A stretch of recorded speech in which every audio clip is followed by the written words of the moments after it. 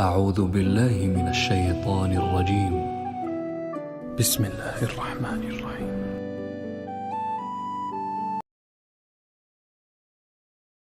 ایک چرسی کا انتقال ہو گیا, چرسیوں میں بیٹھتا تھا, تو چرسیوں نے کہا ہم اپنے بھائی کا کیا کریں, اس کے ابا اماں کا تو پتہ ہی نہیں چل رہا, رشتہ داروں کا, وہ تو چھوڑ دیا, ہیروئن چی تھا. تو ان چرسیوں کو ایک ترکیب سوچی, بھائی جنازے کی چارپائی ڈال کے لے کے چلو, بس اس کو دیکھیں گے کیا, لوگ تو کندھے لے لیتے ہیں نا, تو یہ پھٹیک کسی اور کو لگا کے نکل. بازار میں آئے تو دکان والے آگے بھی کسی کا جنازہ جا رہا ہے, ایک ایک کندھا لوگ لیتے گئے اور چرسی وہاں سے کھسکتے گئے.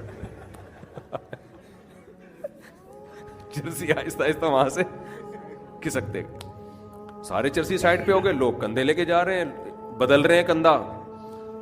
اب پریشان, اس کو لے کے جانا کہاں ہے, جا رہے ہیں, شہر ختم ہو گیا, دیہات آنا شروع, وہ ختم ہو گئے, جنگل آنا شروع, شہر آنا شروع, آخر میں چار آدمی رہ گئے, یار کریں گے.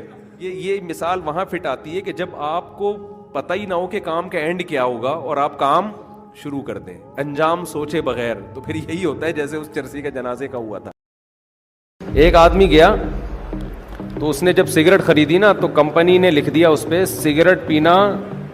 سگریٹ پینے سے مردانہ کمزوری ہوتی ہے, یہ لکھ دیا. میں گورنمنٹ کو مشورہ دے رہا ہوں, اگر سگریٹ چھڑوانی ہے نا یہ لکھ دو. تو بندہ دکان پہ گیا, اس نے دیکھا کہ لکھا ہوا ہے سگریٹ کے ڈبے پہ کہ سگریٹ پینے سے مردانہ کمزوری ہوتی ہے. اس نے کہا بھائی یہ چھوڑو, وہ کینسر والی دے.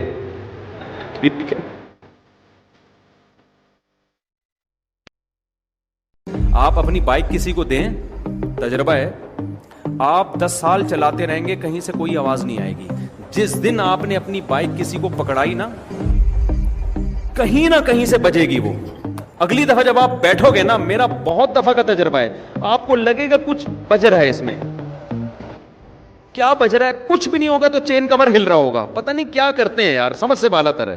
آپ چلاتے رہو گے, ٹھیک ہے. جہاں کسی کو بائک پکڑا دی آپ نے اور صرف انڈا موڑ سے گھوم کے آیا ہے, آپ بیٹھو گے, آپ کو لگے گا کچھ اس کے ساتھ کچھ ہوا ہے, کچھ زیادتی ہوئی ہے.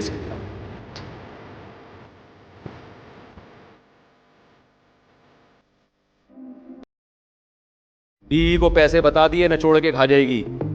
عورت کے پاس بھی بڑا پیسہ ہوتا ہے, زیور شیور لاکر میں چھپا کے رکھا ہوتا ہے, میاں کو نہیں بتاتی, اور میں منع بھی کرتا ہوں بتا نہیں دینا, کیونکہ میاں کیا کرتا ہے, بزنس کے نام پہ بیوی سے پیسے لیتا ہے. میں تمہارے پاس جو 20 تولے سونا پڑا ہے, ایکچولی ایک میں نے بزنس سوچا ہوا ہے, تو 20 تولے میں جب لگاؤں گا تو تمہاری اتنی ارننگ اس سے شروع ہو جائے گی.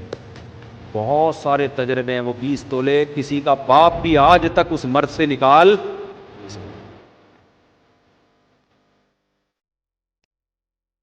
وہ ایک آدمی رات کو اٹھا, ایک مزدور تھا, رات کو تہجد کے لیے اٹھا, باقی سارے کمبلوں میں سو رہے ہیں, تو رات کو آخری حصے میں اٹھ کے اللہ سے دعائیں مانگ رہا ہے, اے اللہ ساری دنیا سو رہی ہے, یہ بھی سو رہے ہیں, میں اٹھا ہوا ہوں, تاکہ نا اللہ سے منوانے کے لیے نا حوالے دے رہا ہے کہ دیکھ ساری دنیا سو رہی ہے, اے اللہ میں نے بھی اتنی محنت کی جتنی انہوں نے کی, میں بھی اتنا ہی جاگا, دن اتنا جاگا, لیکن یہ سو رہے ہیں, اور میں اکیلا اس پورے کمرے میں تیرے سامنے اٹھ کر ہاتھ پھیلا کے دعائیں مانگ رہا ہوں, تو میری لاج رکھ.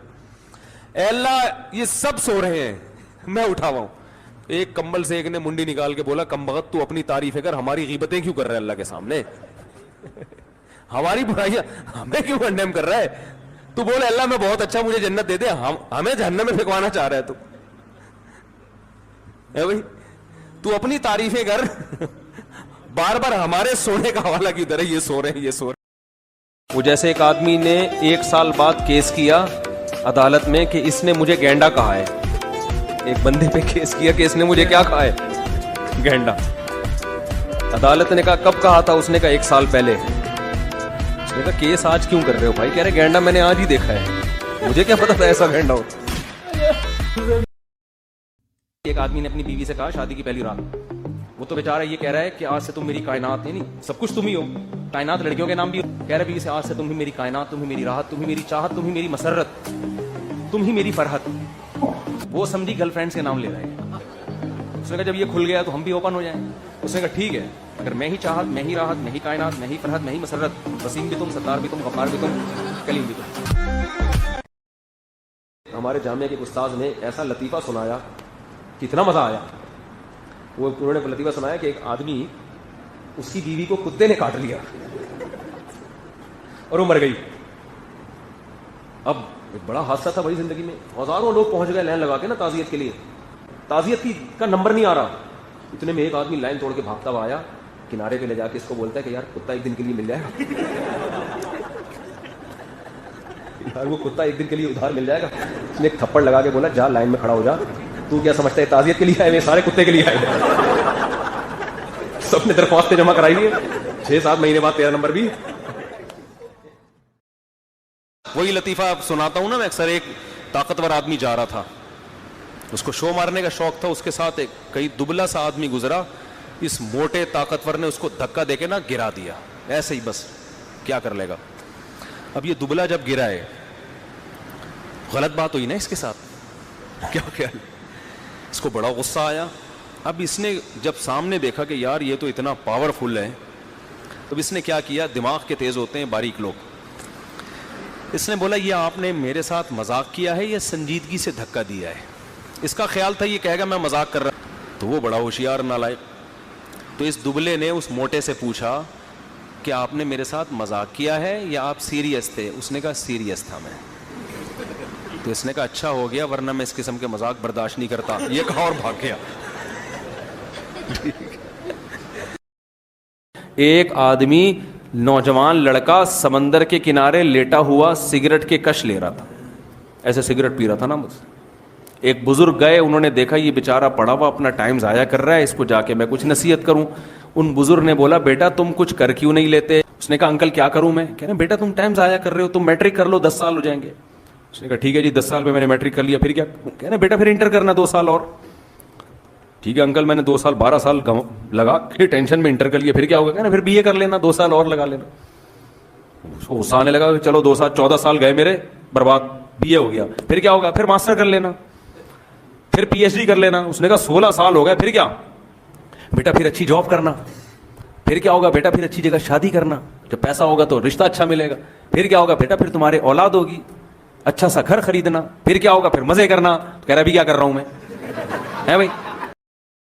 جیسے کہ بچے چاہتے تھے ہمارے جو قاری جن کا نام عبد الغفور ہے یہ چھٹی کریں, چھٹی نہیں کر رہے تھے. وہ اب بیمار نہیں ہوتے تھے, صحت مند تھے. تو ایک بچے کو شرارت ہوئی, وہ قبرستان میں چھپ کے قبر کے پیچھے بیٹھ گیا جہاں سے قاری صاحب روز گزرا کرتے تھے, اور قبرستان میں سلام کرتے تھے السلام علیکم یا اہل القبور. ٹھیک ہے یار قاری صاحب کو بیمار کرو. تو ایک دن قاری صاحب گزرے, قبر کے پیچھے بچہ چھپا ہوا ہے. قاری صاحب نے کہا السلام علیکم یا اہل القبور. قبر کے پیچھے سے آواز آئی وعلیکم السلام بھائی عبد الغفور.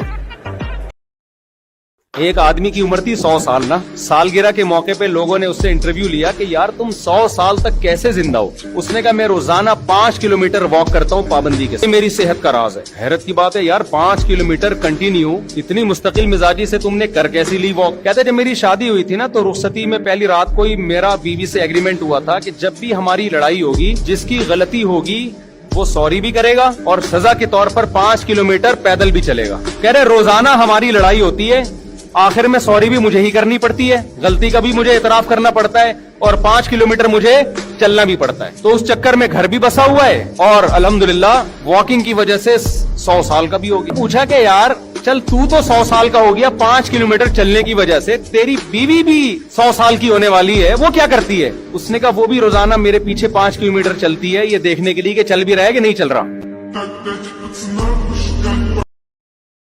چلی نا سر پہ انڈے رکھے جا رہا تھا, سیٹھ نے اس کو سر پہ انڈے رکھوائے. پہلے دیسی انڈے ہوتے تھے, ان سے چوزے بھی نکلتے تھے. تو شیخ چلی نے سوچا ابے اگر تو یہ انڈے لے کے بھاگ جا تھوڑی دیر کے لیے, فرض کر تو انڈے لے کے نکل لے یہاں سے, یہ 100 انڈے ہیں, بھاگ کے نا کہیں چھپ جانا, ان 100 انڈوں پہ مرغی بٹھانا, مختلف مرغیاں, 100 چوزے نکلیں گے. پھر کچھ نر ہوں گے کچھ مادہ ہوں گے, تھوڑے بڑے ہو جائیں گے تو مرغے بیچ دوں گا, مرغیاں رکھوں گا, پھر بریڈنگ ہوگی اس سے, پھر اتنے انڈے کیلکولیشن کرتے کرتے پھر ایک دن آئے گا میرا پورا پولٹری فارم ہوگا, خاندانی اچھی مالدار لڑکی سے شادی کروں گا, پھر میرے بچے ہوں گے, پھر میرا بنگلہ ہوگا, پھر بچے ایک دن آئیں گے ابو پیسے, میں کہوں گا چلو بھاگو یہاں سے. جیسے یوں کیا تو انڈے کا ٹکڑا نیچے. تو سیٹھ نے کہا کہ نالائق, اگر تیرا پاؤں کہیں ٹھوکر لگی ہوتی اس پہ انڈے گرے ہوتے تو میں کہتا غلطی, تو نے تو خود یوں کر کے گرایا ہے, پیسے نکال. وہ کہتا تو اپنے انڈوں کو سوچ رہا ہے میرا پورا خاندان تباہ ہو گیا. رشتہ طے ہونے کے بعد اگر کوئی ضروری بات کرنی پڑ جائے تو کیا پردے میں رہ کر بات کی جا سکتی ہے جس میں اپنی ترجیحات بتائی جا سکیں؟ جی کی جا سکتی ہے. ضروری بات ہی ہو, زیادہ فری ہونے کی کوشش نہ کریں. تمام دوائیں بچوں کی پہنچ سے.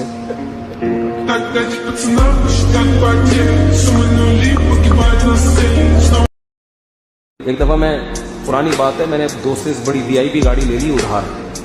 رشتہ لینے گیا تو فوراً ہاں ہو گئی گاڑی دیکھ کے. پرانی بات ہے, 10-12 سال پرانی. تو مجھے لگا کہ یار یہ سمجھ رہے ہیں کہ میری گاڑی ہے. میں نے ان کو بتایا میری گاڑی نہیں. اب آپ کو پتا ہے کہ آگے پھر کیا ہوا ہوگا. دل کے ارماں آنسوؤں میں بہتے ہیں, ان کے بچے ہم کو ماموں کہتے ہیں.